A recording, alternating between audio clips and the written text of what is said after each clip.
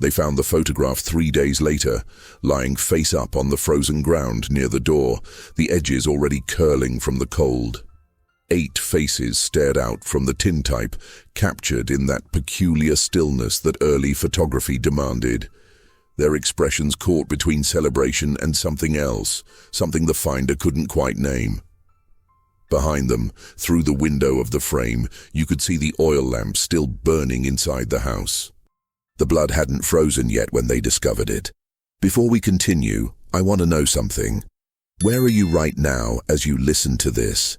Are you alone in your room, headphones blocking out the world, driving through empty roads, walking at night? Leave a comment below, tell me where you are.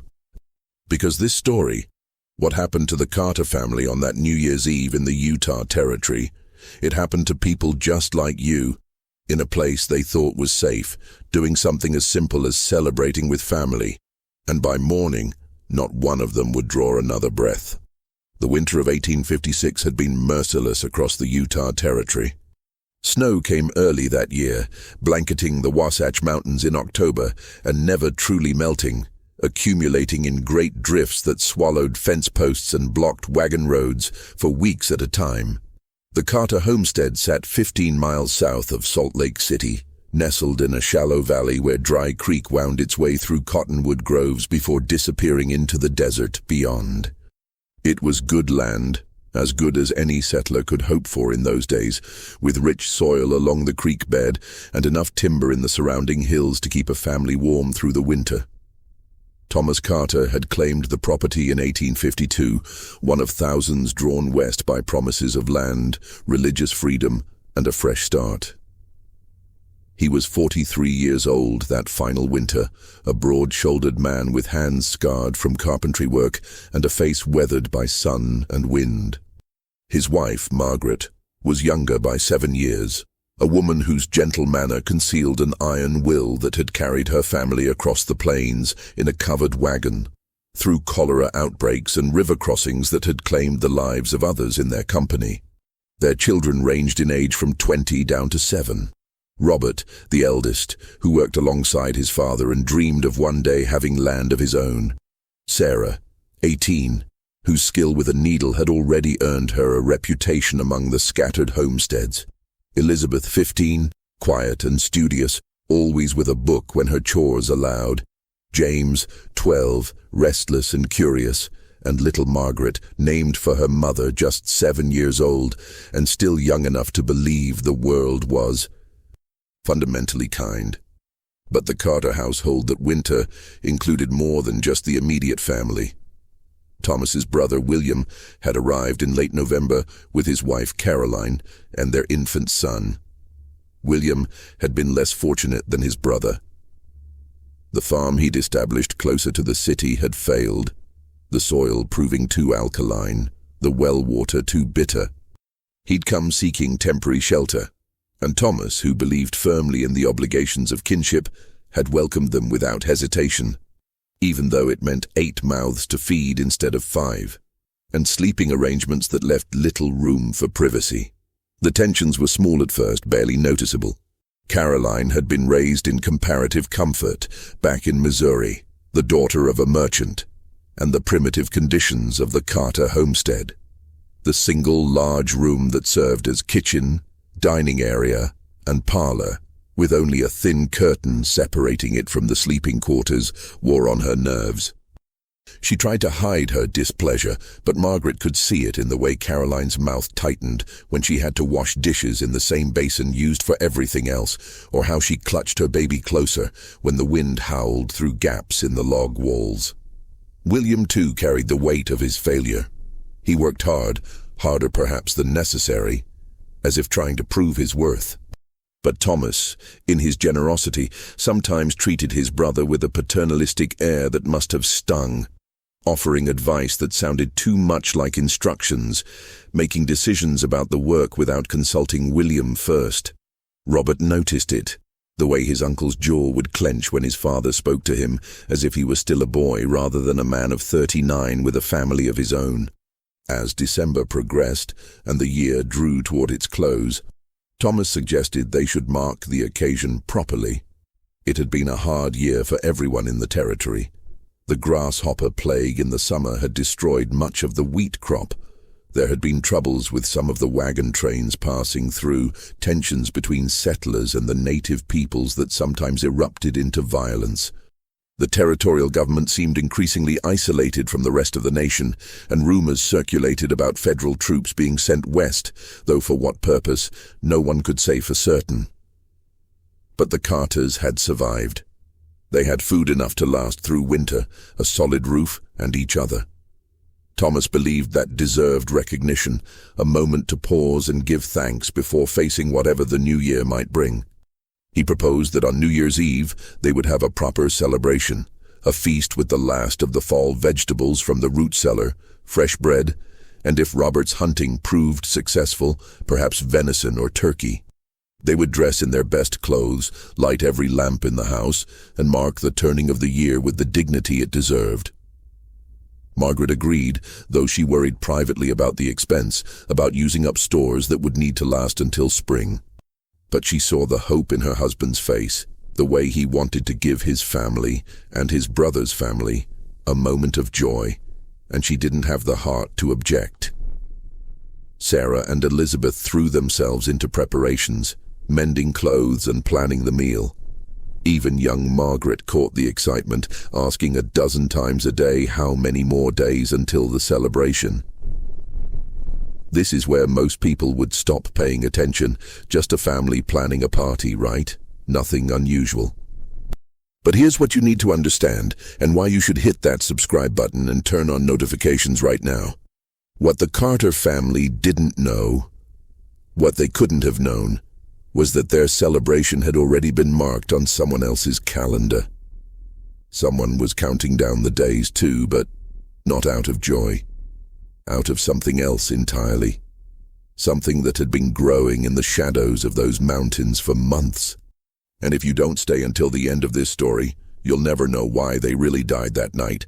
Because the official records, the few that exist, they got it all wrong. They had to. Robert Carter set out hunting on the morning of December 28th, taking his father's rifle and enough supplies for 2 days in the backcountry. The weather had cleared temporarily, one of those brief respites that came between storms, and the tracking would be good with the recent snow. He was a skilled hunter, patient and observant, and he knew the territories around Dry Creek as well as anyone. He returned late on the 30th, just as the sun was setting behind the western peaks, with a young buck tied across his horse. The kill had been clean, the meat would be good, and Thomas clapped his son on the shoulder with genuine pride. They worked together in the fading light to dress the animal, hanging portions in the cold shed behind the house where the temperature would keep it fresh. It was while they worked that Robert mentioned what he'd seen during his hunt. 2 days earlier, high in the hills to the east, he'd spotted a camp. Not natives, he was certain of that. White men, 3 or 4 of them, with horses and good equipment. They'd made a fire, and Robert had watched them from a distance, curious but cautious. Something about the camp had struck him as odd. They weren't hunting, he didn't think. No traps or kill sites nearby. And they were watching the valley below through a spyglass, taking turns, like sentries. Thomas paused in his work, his hands still inside the deer's body cavity. "Did they see you?" "No, I stayed downwind, kept to the trees." "Probably just travelers," Thomas said after a moment, waiting for the weather to clear before pushing on to California. But his voice carried uncertainty. Travelers would have sought shelter in the city or at one of the closer homesteads. Why camp in the hills in the dead of winter, exposed to the elements, unless they had reason to stay hidden? "Should we mention it to Uncle William?" Robert asked. Thomas shook his head. "No point worrying everyone. Could be nothing. Could be men with business of their own that doesn't concern us." He wiped his hands on a rag, leaving dark streaks. "We'll keep watch tomorrow night, you and I. Take turns, just in case."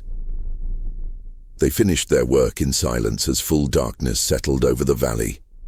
Inside the house, they could hear Margaret and Caroline preparing the evening meal, hear little Margaret's laughter as she played with her baby cousin. The smell of baking bread drifted out into the cold air. Tomorrow was New Year's Eve. Tomorrow they would celebrate. Neither Thomas nor Robert spoke of it, but both men felt it, a prickling awareness at the base of the skull, the instinct that animals have when they sense a predator nearby. The mountains around them seemed to press closer in the darkness, and the stars, when they emerged, were hard and cold and distant as stones. New Year's Eve dawned clear and bitter cold, the temperature well below freezing. Ice had formed thick on the water bucket by the door, and when Thomas stepped outside at first light to relieve himself, his breath crystallized instantly in the air, and the snow crunched under his boots with a sound like breaking glass. The sun rose pale and weak over the eastern peaks, painting the snow in shades of pink and gold that would have been beautiful if everything hadn't felt so precarious. Inside, the house was already stirring. Margaret and Caroline had risen even earlier, stoking the fire and beginning preparations for the evening's feast. The main room smelled of wood smoke and coffee, and young Margaret was still curled in her blankets, her face peaceful in sleep. Elizabeth sat near the fire, reading by the early light, while Sarah had already begun setting out the good dishes they'd brought west in the wagon, china plates that had survived the journey wrapped in quilts and straw. The day progressed with the rhythm of any other, chores and work that couldn't be neglected regardless of the date. The animals needed tending, cows milked, chickens fed. Thomas and William split wood for the fire, building up a supply that would keep them warm through the celebration and into the following days. Robert checked the hunting rifles, cleaning and loading them with a care that Margaret noticed but didn't comment on. James begged to help with everything, getting in the way more than assisting, his energy boundless despite the cold. By early afternoon, the preparations had reached their peak. The venison Robert had brought back roasted slowly over the fire, seasoned with the last of their salt and wild sage that Sarah had gathered in the fall. Potatoes and carrots from the root cellar simmered in a pot. Margaret had made fresh bread that morning, and Caroline, in a rare moment of collaboration, had contributed her skill in pastry, creating a dried apple pie from their stores that smelled of cinnamon and butter. As the winter sun began its early descent toward the mountains, the family began to dress for the celebration. This was Thomas's idea, that they should mark the occasion with formality, treating it not as just another meal but as something special, something worth remembering. Robert put on his best shirt, the one he saved for Sunday services, and ran a comb through his hair until it lay flat.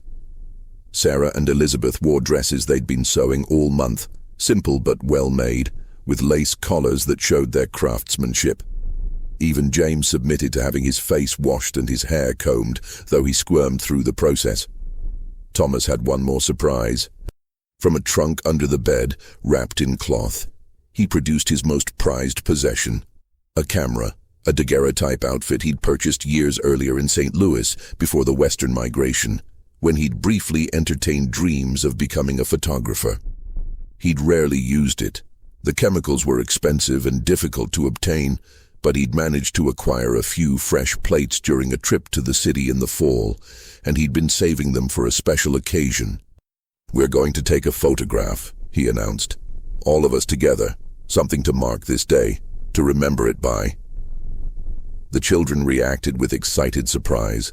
Photographs were still rare on the frontier, expensive and formal affairs usually reserved for weddings or funerals. The idea of capturing their family on this night, in this moment, seemed almost magical to them.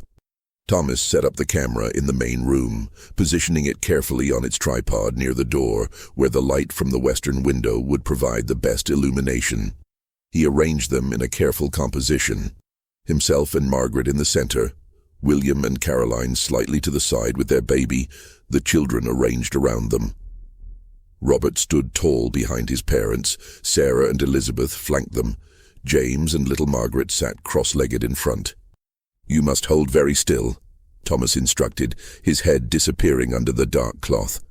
"Even the slightest movement will blur the image. Think of something that makes you happy, but don't smile too wide. Just a small, pleasant expression." and don't blink." He counted down from 10, and for that span of seconds the Carter family froze in place. 8 living people rendered motionless as statues, their breath held, their muscles locked. Behind them, visible through the window in the background, the oil lamps burned bright against the gathering darkness outside. Thomas released the shutter, and it was done. In that instant, their images were captured on the treated metal plate, fixed forever in silver salts and chemicals. "Perfect," Thomas said, emerging from beneath the cloth. "When this develops, it will be something our grandchildren will see someday. A record that we were here, that we lived and loved each other. I want you to think about that for a moment. That photograph, the one they found 3 days later with blood spatter across one corner. It shows them frozen in that moment of celebration, unaware that in less than 12 hours, every person in that frame would be dead. Every single one. Now, if you know someone who thinks they're brave enough to hear how this ends, share this story with them. Because what happens next, what I'm about to tell you, it's going to challenge everything you think you know about that night." They ate their feast as the sun set completely and the stars emerged. Thomas said a prayer of thanksgiving, his voice solemn, asking for blessings on his family and protection in the year to come. If there was irony in those words, no one recognized it at the time. They passed dishes around the table, carved the venison, broke bread together. The food was good, perhaps the best they'd eaten in months, and for a while the tensions that had simmered beneath the surface of the household seemed to dissipate in the warmth and plenty. William raised a cup of water. They had no alcohol. Thomas didn't approve of it, and offered a toast. "To family," he said, and his voice caught slightly. "To my brother, who has shown me more generosity than I deserve. To this home, this shelter from the storms. May the new year bring prosperity to all of us." Thomas nodded, moved by his brother's words, unaware of the complicated emotions behind them. The gratitude mixed with shame, the love tangled with resentment.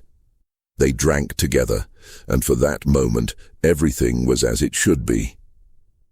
The children grew restless as the evening wore on.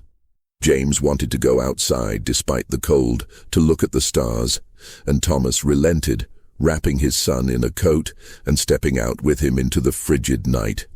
The stars were indeed magnificent, scattered across the sky in vast profusion, the Milky Way a river of light overhead.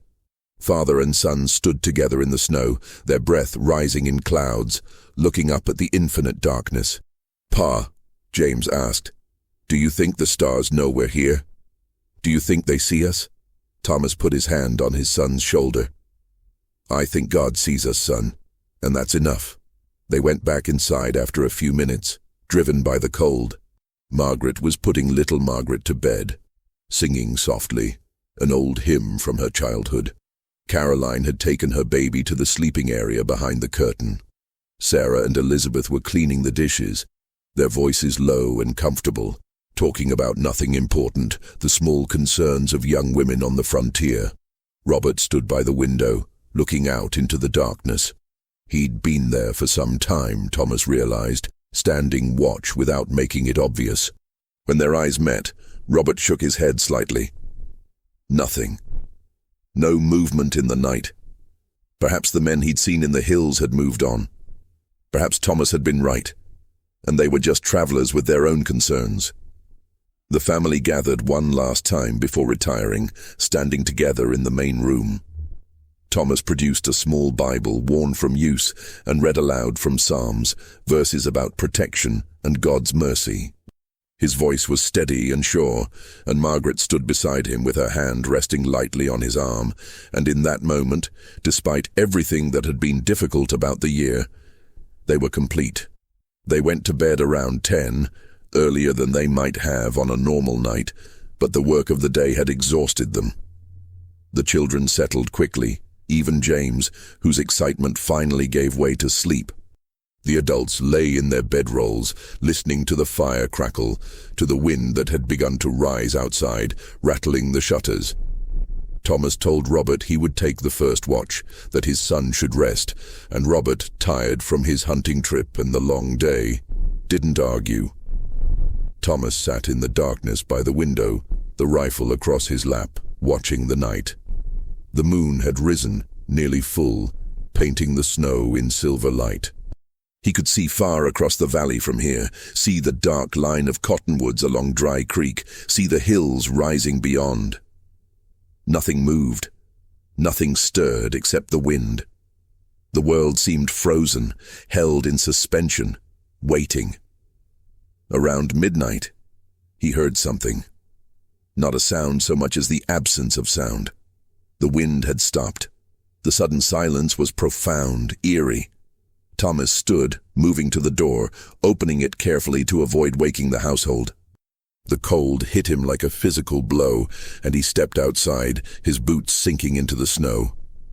The valley was perfectly still. No wind, no animal sounds, nothing but the faint creaking of ice and the distant whisper of the creek. Thomas scanned the landscape, his eyes adjusting to the moonlight, looking for any sign of movement, any indication that the men Robert had seen were out there, watching. That's when he saw them. 3 figures, perhaps 4, it was hard to tell in the uncertain light, standing on the ridge to the east, silhouetted against the starry sky. They were at least a mile away, maybe more, but they were there, stationary, watching the homestead. Thomas's breath caught in his throat. How long had they been there? What did they want? He stood frozen, watching them watch him, and for a long moment, nothing happened. Then, slowly, deliberately, one of the figures raised an arm, pointing directly at the house. At Thomas. The gesture was unmistakable, even at that distance. "We see you. We know you're there." Thomas backed toward the door, his heart hammering in his chest. He should wake William, wake Robert. They needed to prepare to decide what to do. But even as he retreated into the house, even as he carefully closed and barred the door, some part of him understood that it was already too late, that whatever was coming had been set in motion long before this night, and all they could do now was wait for it to arrive. He didn't go back to sleep. He sat by the window with the rifle and watched the ridge, but the figures were gone, melted back into the darkness like shadows. The house was quiet around him, his family sleeping peacefully, unaware. Thomas thought about waking them, about raising the alarm. But what would he say? He'd seen men on a ridge. They'd pointed at his house. It sounded foolish even in his own mind, the paranoid fears of an exhausted man on a cold night. But the unease remained, settling deep in his gut. And as the hours crept toward dawn, toward the first morning of 1857, Thomas Carter sat in the darkness and waited, the rifle heavy across his knees, for whatever was coming. The sun rose on New Year's Day without fanfare, pale and cold, illuminating a world that seemed unchanged from the night before. Thomas, who had not slept at all, stood stiffly from his position by the window, his body aching from the long watch. The house was still quiet, his family still asleep in the pre-dawn darkness. He moved carefully to the door, unbarred it, and stepped outside. The snow around the homestead was undisturbed, marked only by the tracks he'd made the night before. No footprints approached the house, no signs of intruders. In the growing light, the ridge where he'd seen the figures looked empty, innocent, just another feature of the landscape. Thomas stood in the cold, questioning what he'd seen, wondering if exhaustion and worry had conjured phantoms out of shadows and moonlight. He was about to go back inside when he noticed something. Far out in the valley, perhaps half a mile away, a thin column of smoke rose straight up into the still air. It came from near the creek, from a spot where the cottonwoods grew thick. Someone had made camp there, close enough to watch the homestead, close enough to move quickly if they chose. Thomas's mouth went dry. This was no traveler passing through, no innocent explanation. Someone was out there, and they'd been there all night, watching, waiting. For what? That was the question that gnawed at him as he stood in the freezing dawn. What did they want? He went back inside, his mind churning with possibilities, none of them good. He woke William first, speaking quietly so as not to disturb the women and children.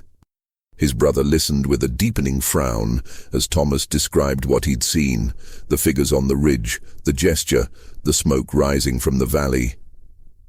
Could be natives, William suggested, but his voice carried no conviction. Robert said they were white men, and natives wouldn't camp that close, wouldn't make fire where we could see it. They'd either attack outright or stay hidden. Thomas rubbed his face, feeling the exhaustion pulling at him. Whoever they are, they want us to know they're there. That's what worries me. William was quiet for a moment, thinking. Then, could it have something to do with the church troubles? With the tensions in the territory? It was a question that had occurred to Thomas during the long night, one he'd tried to push away but couldn't quite dismiss. The Utah Territory had become increasingly isolated in recent years, the relationship between the Mormon settlers and the federal government growing strained. There had been talk of apostates, of men who'd left the faith and nursed grievances. There had been whispers of violence, of scores being settled in the darkness where the law couldn't reach. But Thomas had kept his head down, avoided politics, focused on his farm and his family. He'd never been one of the prominent men in the community, never held any position that would make him a target. What reason would anyone have to come after him? I don't know, he said finally. I just don't know. They woke Robert next, and the three men held a quiet council while the women and children still slept.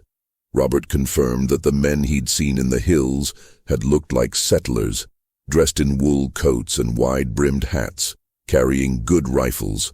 Not soldiers, not natives, not traveling merchants, just men, anonymous and purposeful. We could go down there, Robert said, confront them, find out what they want. Thomas shook his head.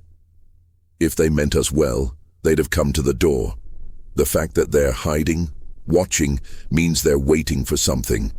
Maybe for us to make exactly that mistake.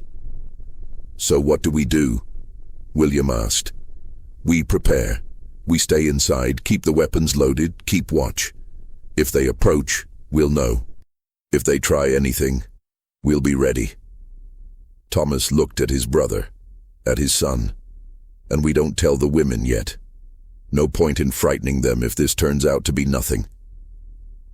It was a decision born of a desire to protect, to shield his family from fear. But it was also a decision that would prove fatal.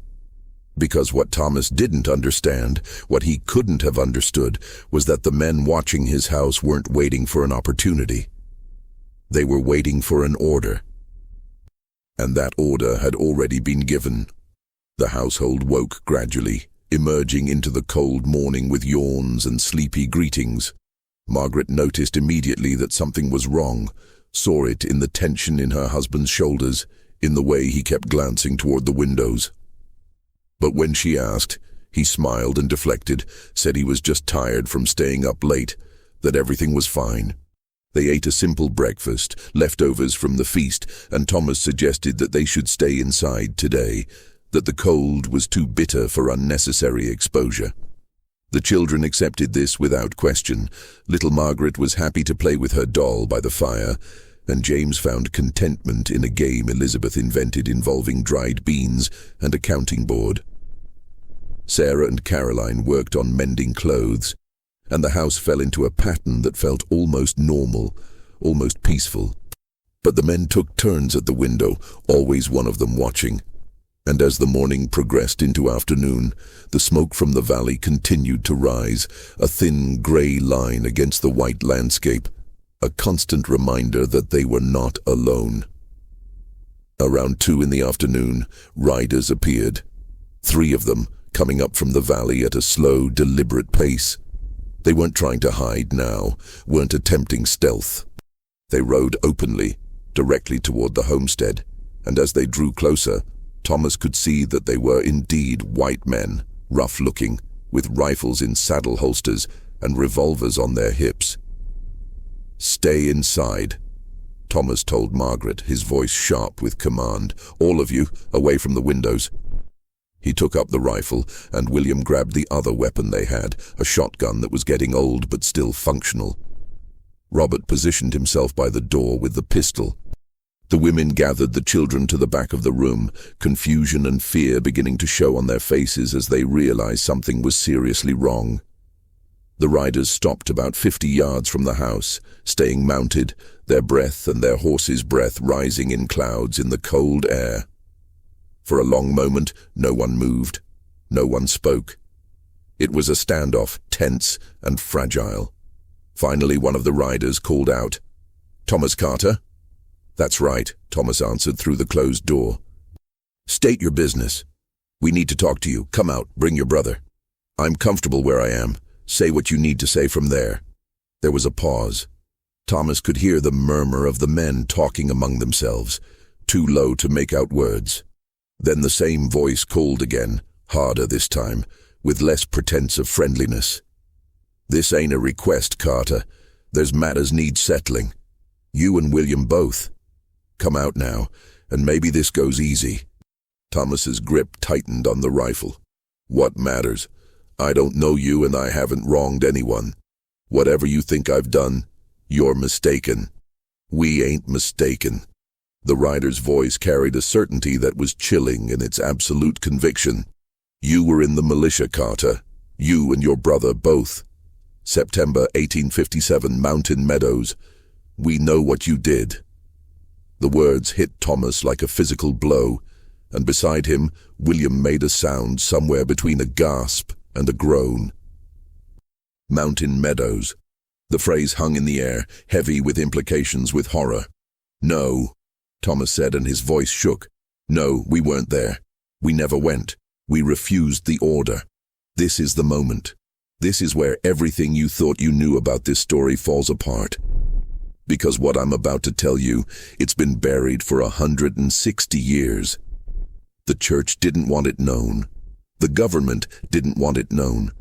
Even the descendants, the survivors, they kept quiet. But the truth is, in the letters that got out, in the journals that were hidden, in the testimony that was suppressed, and if you've stayed with me this far, if you've got notifications turned on like I asked, you're about to hear what really happened that night. Subscribe now, because this channel is dedicated to bringing you the stories they tried to erase, the truths they tried to bury. And this one's darker than most. The rider laughed, a harsh sound without humor. "You refused, did you? That's your story? Well, some folks in Salt Lake, they remember different. They remember you two riding out with the militia that day. They remember you being part of what happened to that wagon train, all them families from Arkansas. Men, women, children. Over 100 souls murdered under a white flag. And you saying you weren't there." "We weren't." William spoke up, his voice desperate. "We were ordered to go, yes, but we refused. We came home. We never participated in any of that. You have to believe us. Don't matter what I believe, don't matter what you say. What matters is that some people want justice for what happened, and they decided you're gonna pay for it, one way or another." Thomas felt the world tilting beneath him. The Mountain Meadows massacre had been the darkest moment in the territory's history, an atrocity carried out by Mormon militia against a passing wagon train, an act of violence so heinous that its perpetrators had spent the years since desperately trying to hide the truth, to shift blame, to bury evidence. Thomas and William had been called to join the militia action, yes, but they'd refused, horrified by what was being proposed, and they'd thought that was the end of it. But apparently, someone had decided it wasn't. Someone had drawn up a list of names, men who'd been associated with the militia in any way, and put them on a reckoning. And now that reckoning had come to the Carter homestead. "Listen to me," Thomas called out, trying to keep his voice steady. "If there's men in Salt Lake who can vouch for us, who know we weren't there, let's go to them. Let's settle this properly, with witnesses and testimony. I'm willing to face any fair tribunal." "This ain't about fair, Carter. This is about blood, Arkansas blood, and it's gonna be paid." The rider reached for his rifle, and Thomas saw it happening as if in slow motion, saw the man's hand closing on the weapon, saw the other two riders starting to move as well. He had perhaps 2 seconds to make a decision, to choose between trying to negotiate further or acting to defend his family. He chose defense. Thomas raised his rifle and fired through the window, the glass exploding outward in a shower of fragments. His shot took the talking rider in the shoulder, spinning him in the saddle. The other two riders scattered, pulling their own weapons, returning fire. Bullets punched through the log walls, sending splinters flying. Behind him, Thomas heard Margaret scream, heard the children crying. "Get down," he shouted. "Everyone on the floor!" William fired the shotgun through another window, the blast deafening in the enclosed space.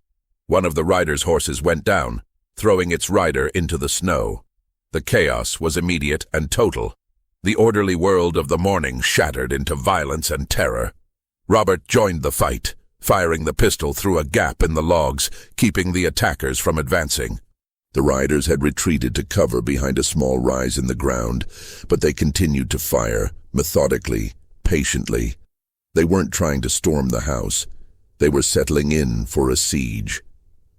As the initial exchange of gunfire died down into an uneasy standoff, Thomas crawled across the floor to where his family huddled in terror. Margaret clutched little Margaret to her chest, the child sobbing uncontrollably. Elizabeth and Sarah held each other, their faces pale as milk. James sat rigid with shock, unable to process what was happening. Caroline had gone completely silent, rocking back and forth with her baby, her eyes distant and glazed. "I'm sorry," Thomas whispered, though he knew the words were inadequate, meaningless in the face of what he'd brought upon them. "God help us, I'm sorry." Outside, the afternoon sun continued its descent toward the horizon. The siege had begun, and in the hills around the Carter homestead, more men were gathering, answering a call that had been sent out days before, preparing for what would come when darkness fell. As afternoon faded into evening, the true scope of their situation became horrifyingly clear. The three riders who'd initially confronted the house had been joined by others, men emerging from the hills and the valley like spirits materializing from the landscape itself. Thomas counted at least 8, possibly more, surrounding the homestead in a loose perimeter, staying just beyond effective rifle range, waiting. The log walls of the house, solid as they'd seemed when Thomas built them, now revealed their weaknesses. The chinking between the logs had gaps, and bullets could penetrate, if not completely, then enough to send splinters and fragments flying. One such fragment had grazed Sarah's arm, leaving a bloody scratch that looked worse than it was, but the sight of blood on his daughter's sleeve had nearly broken Thomas's composure entirely. They'd pushed the heavy table against one wall and huddled behind it, creating a crude barrier. The men took turns at the windows, watching the attackers, occasionally firing when someone moved too close, but conserving ammunition because they didn't know how long this would last. They had perhaps 50 rounds total, maybe less. Against 8 men or more, it wouldn't be enough if this turned into a prolonged battle. As darkness fell completely, the temperature inside the house began to drop. The fire had burned down to coals. They didn't dare add wood that would create smoke and flames that might attract more gunfire, or worse, provide light for the attackers to aim by. The children huddled together under blankets, shivering more from fear than cold, though both were present in equal measure. Margaret moved among them, trying to provide comfort, but her own fear was palpable, vibrating just beneath her controlled exterior. She kept glancing at Thomas with eyes that asked questions he couldn't answer. How did this happen? How do we survive? What have you brought upon our family? William sat apart, his back against the wall, the shotgun across his lap, and Thomas could see the guilt consuming his brother, the terrible understanding that this had something to do with events from months ago, a wagon train from Arkansas, innocent people slaughtered in a meadow. They hadn't participated. They'd refused, but that didn't seem to matter to the men outside. In the mathematics of vengeance, proximity to sin was the same as commission. Around 8 in the evening, one of the attackers called out again, the same voice that had spoken that afternoon. "Carter, you listening?" Thomas moved to the window cautiously, staying low. "I'm listening. You can't win this. You know that, right? We got you surrounded. We got plenty of ammunition. And we got patience.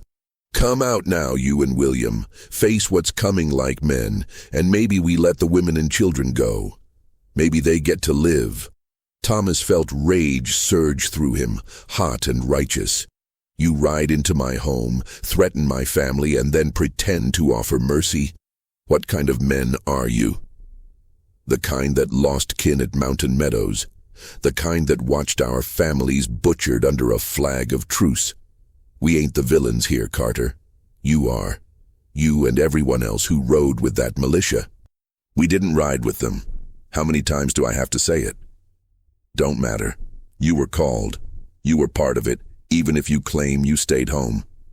This is about every man who could have stopped it and didn't, every man who heard about it after and kept quiet, every man who protected the ones that did it. You're all guilty, far as we're concerned."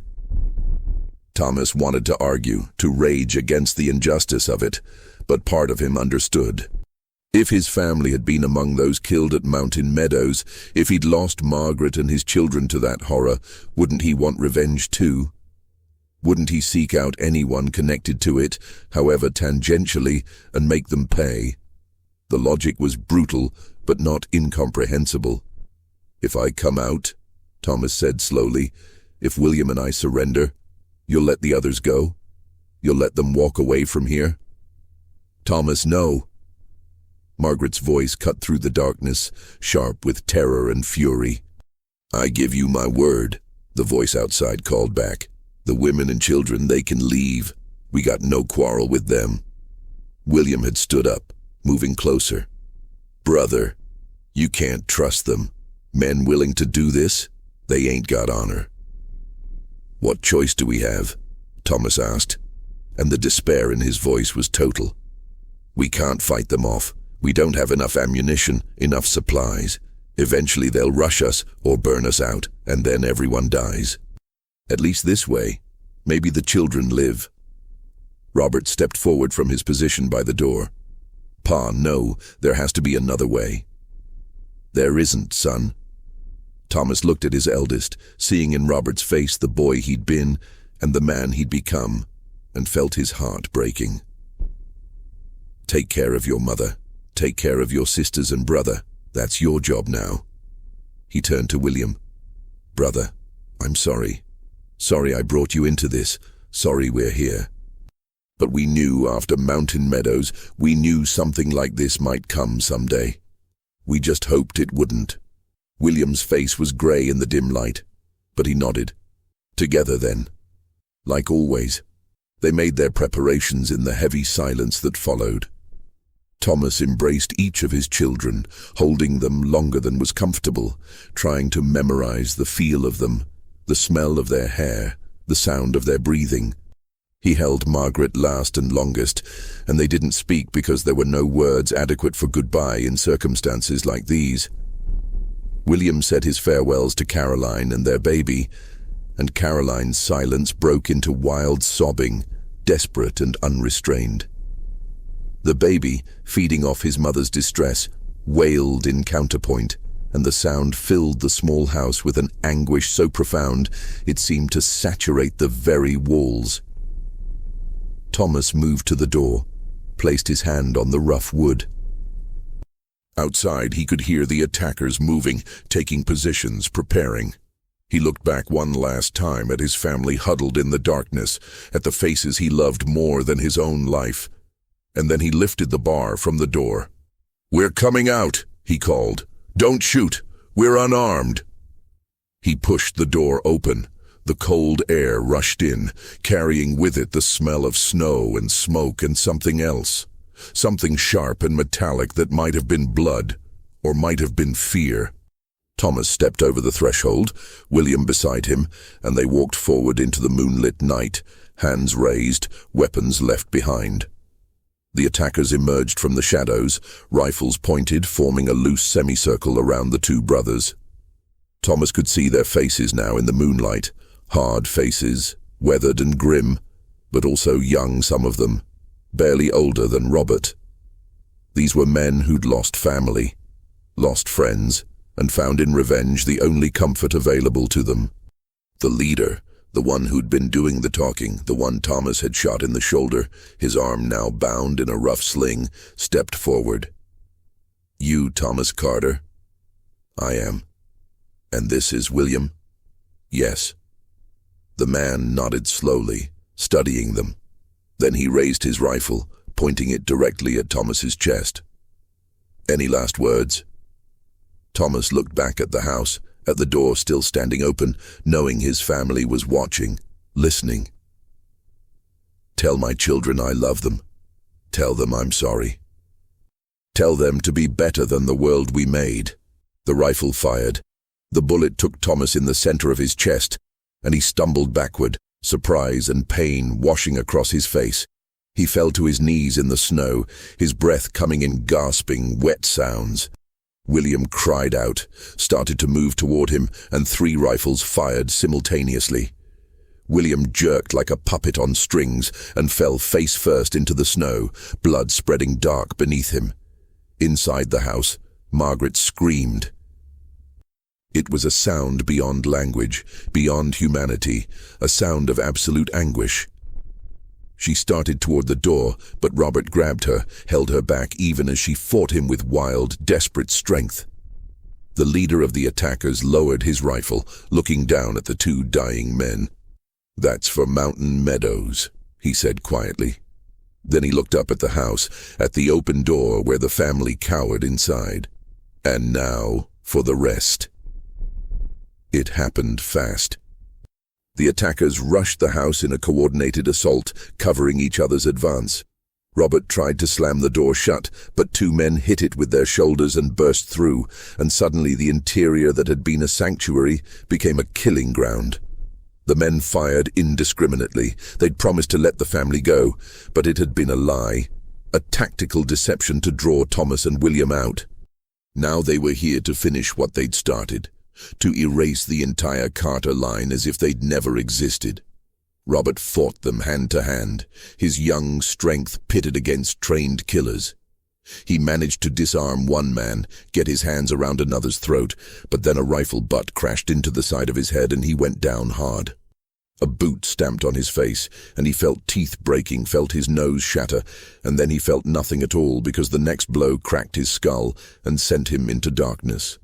Sarah and Elizabeth huddled over little Margaret, trying to shield her with their own bodies. The bullets found them anyway, punching through their backs, through their shoulders, through their heads. They died still trying to protect their baby sister, their blood mixing on the floor, their bodies piled together in a final, futile embrace. James tried to run, to escape through the back of the house, but an attacker caught him by his collar and threw him against the wall. The boy looked up at his killer with eyes that couldn't comprehend what was happening, couldn't process that the world contained this much violence, this much hatred. The man shot him once, clinically, and moved on to the next target. Margaret stood frozen, unable to move, unable to think, watching her world end. She saw her husband lying in the snow outside, saw her sons and daughters falling, heard the gunfire and the screams and the terrible, meaty sounds of bullets entering flesh. When the gun turned toward her, she almost welcomed it, because death was preferable to surviving this. Caroline never came out from behind the curtain. She'd wrapped herself around her baby, trying to muffle his cries with her body, trying to make them both invisible. But the attackers were thorough. They pulled back the curtain, found her there in the corner, and what happened next was perhaps the most merciful thing that occurred that entire night.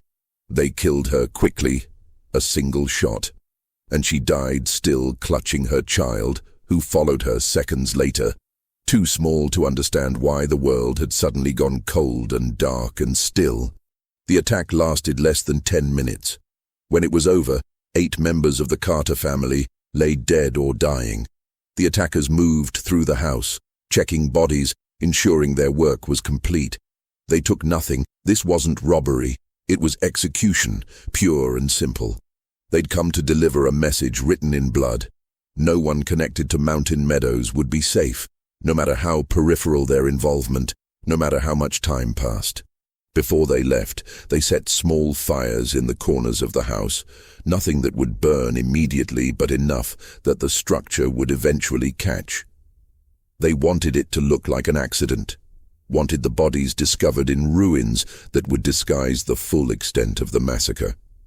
They dragged Thomas's and William's bodies inside, arranged everything to suggest a home invasion gone wrong, or a fire that claimed the family in their sleep. And then they disappeared back into the night, riding away as silently as they'd come, leaving behind only the photograph, blown off the table by the wind from the open door, lying face up in the snow where it would be found 3 days later. The smoke was spotted on January 3rd by a neighbor checking his traps along Dry Creek. He rode up to investigate and found the Carter homestead in ruins, the roof collapsed, the walls blackened, smoke still rising from the embers.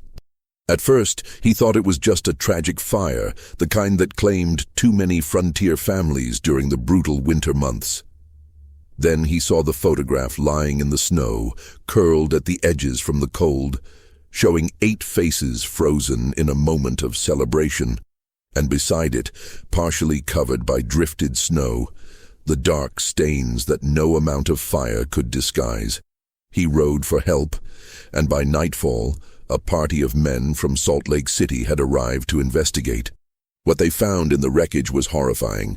8 bodies, some burned beyond recognition, others showing clear signs of violent death, bullet wounds that no fire could explain. The scene told a story of massacre, of deliberate murder. But that's not the story that got told.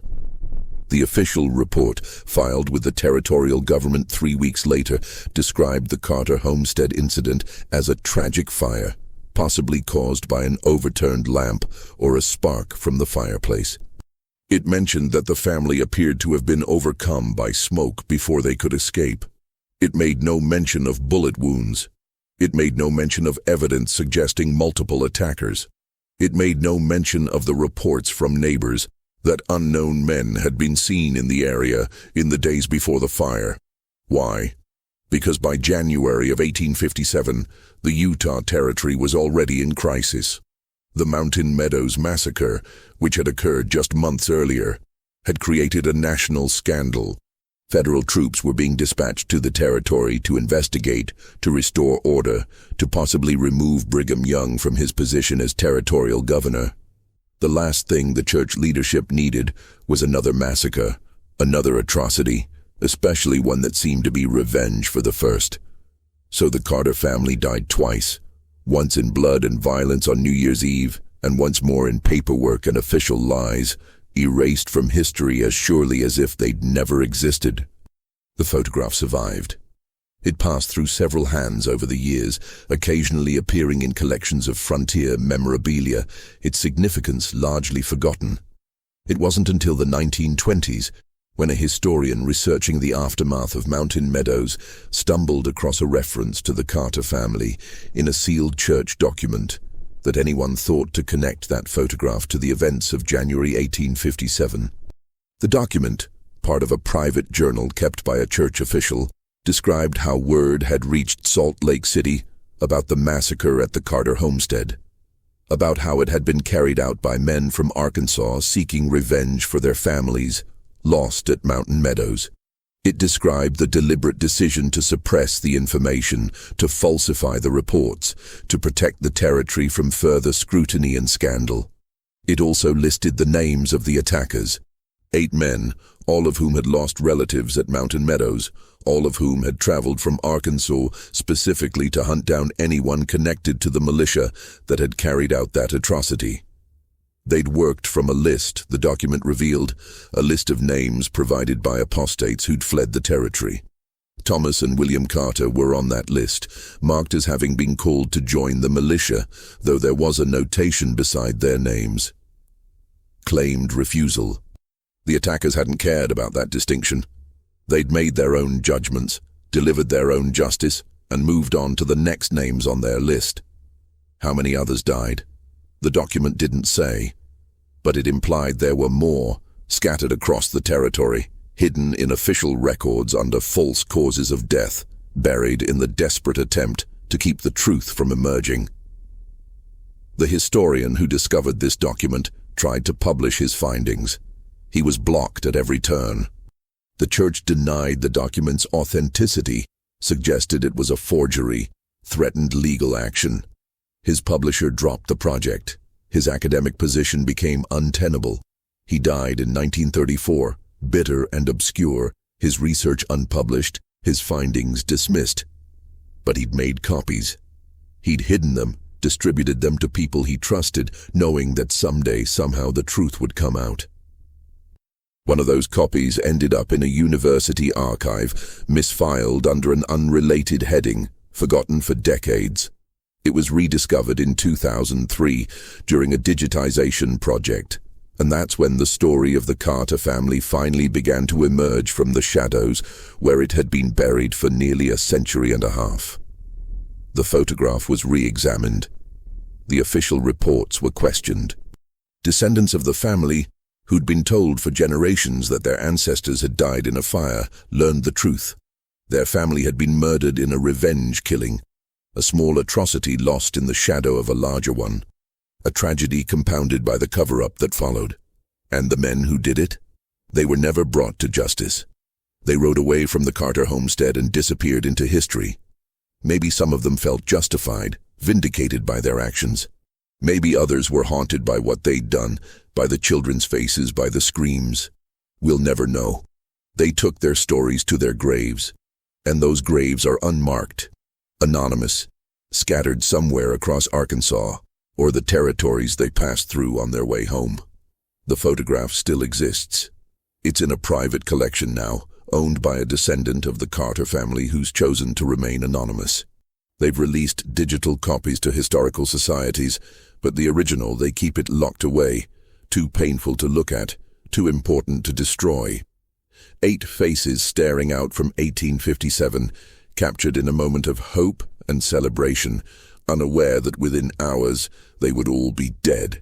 Every single one. No survivors, no one left to tell their story. Until now. The Carter homestead was never rebuilt. The land was claimed by other settlers, and eventually the exact location of the house was lost. Just another forgotten spot in the vast Utah territory. There's no marker, no memorial, nothing to indicate that 8 people died there on New Year's Eve, 1857, caught between 2 massacres, victims of a cycle of violence that neither began nor ended with them. But maybe that's not the most disturbing part of this story. The most disturbing part is how easily they were erased, how a few strokes of a pen in official reports could make a massacre disappear, could turn murder into accident, could silence screams that should have echoed through history. And it makes you wonder, how many other stories like this are out there? How many other families died in ways that were deliberately obscured, covered up, hidden behind lies and false narratives? The Mountain Meadows massacre is known now. It's taught in schools, documented in books, acknowledged by the church as a terrible tragedy. But the Carter family massacre, and others like it, the revenge killings that followed in its wake, those remain largely unknown, relegated to the footnotes of history if they're mentioned at all.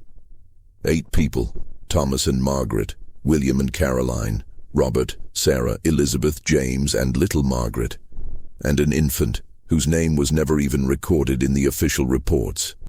9 souls, if you count the baby, snuffed out in a single night of violence. 9 lives that mattered to someone, meant something to the community, left holes in the fabric of the world when they were torn away. The photograph reminds us they existed.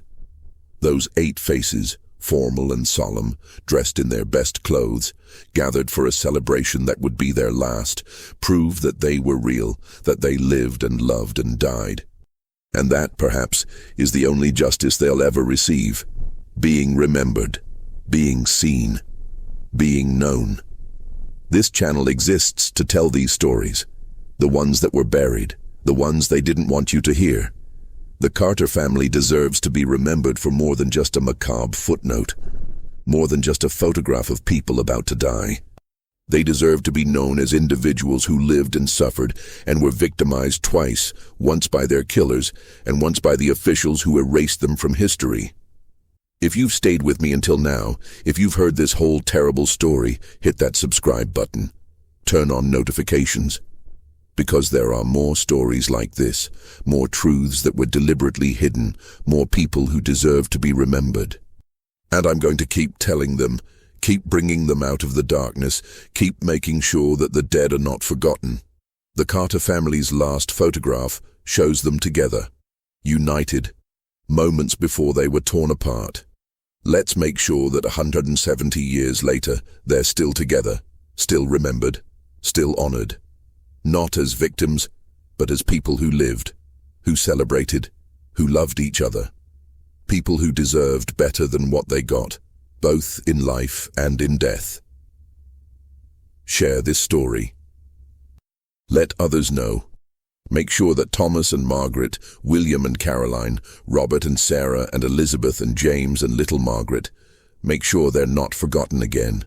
Make sure their faces, frozen in that photograph, continue to stare out at us, reminding us that history is written by those in power. And sometimes the truth has to be dragged out of the darkness, one story at a time. The snow fell softly over the Utah territory on the morning after the Carter family died, covering the blood, hiding the evidence, making everything clean and white and innocent again. But underneath, the truth remained, waiting to be discovered, waiting to be told. And now it has been. Now you know what really happened on New Year's Eve, 1857, in a small homestead 15 miles south of Salt Lake City. Now you know why 8 faces in a photograph look out at us with expressions we can't quite read, caught between celebration and something else, something darker.